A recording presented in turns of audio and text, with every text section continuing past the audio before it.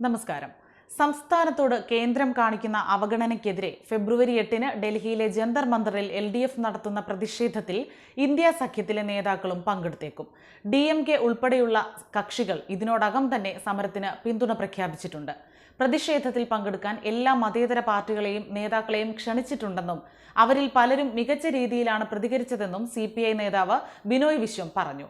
കേരള മുഖ്യമന്ത്രി പിണറായി വിജയൻ, മന്ത്രിമാർ, MP-മാർ, MLA-മാർ തുടങ്ങിയവർ പങ്കെടുക്കുന്ന പ്രതിഷേധത്തിൽ DMK, NCP, RJD തുടങ്ങിയ കക്ഷികൾ പങ്കെടുക്കുമെന്നും ബിനോയ് വിശ്വം പറഞ്ഞു.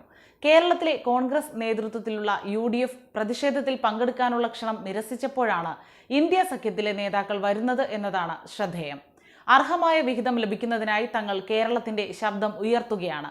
ദേശീയ വിഭവങ്ങൾ പങ്കിടുമ്പോൾ ഫെഡറൽ ഘടനയിൽ ഓരോ സംസ്ഥാനത്തിനും അർഹമായ വിഹിതം ലഭിക്കാൻ അവകാശമുണ്ടെന്നും ബിനോയ് വിശ്വം പറഞ്ഞു.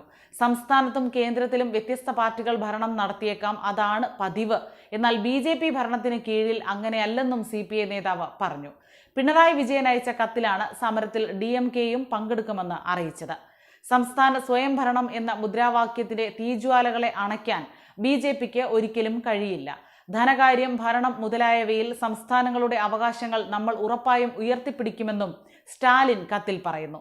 ഡൽഹി ജന്തർ മന്ദറിൽ ഫെബ്രുവരി 8-ന് രാവിലെ 11 മുതൽ ഉച്ചയ്ക്ക് 1 വരെയാണ് സമരം രാംലീല മൈതാനത്തിലേക്ക് മാറ്റണമെന്ന് പോലീസ് ആവശ്യപ്പെട്ടെങ്കിലും തീരുമാനം പിന്നീട് മാറ്റുകയായിരുന്നു.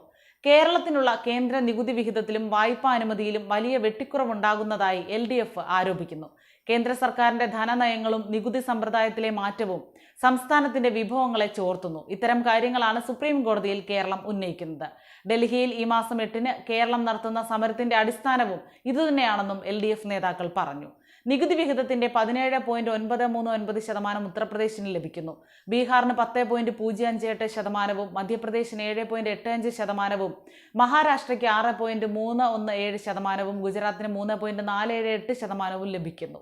കേരളത്തിനാകട്ടെ 1.925%. ഈ കുറവ് തുറന്നു കാട്ടുമ്പോൾ കേരളത്തിന് റവന്യൂ കമ്മി ഗ്രാന്റ് അനുവദിച്ചിട്ടുണ്ടെന്നും ഉയർന്ന വിഹിതം ലഭിച്ച സംസ്ഥാനങ്ങൾക്ക് ഈ ഗ്രാന്റ് ഇല്ലെന്നുമാണ് മറുപടി. കേരളത്തിന് അനുവദിച്ച ആകെ റവന്യൂ കമ്മി ഗ്രാന്റ് 37,814 കോടി രൂപയാണ്.